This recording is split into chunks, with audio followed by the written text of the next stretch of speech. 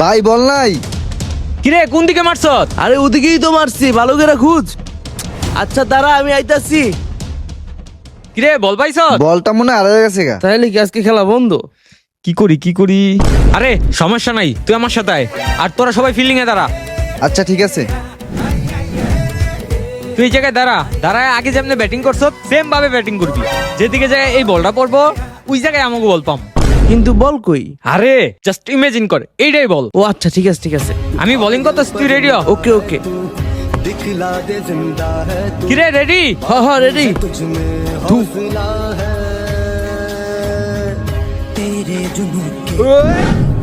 अंबर बना ही मांगे कर डाले तू जो फैसला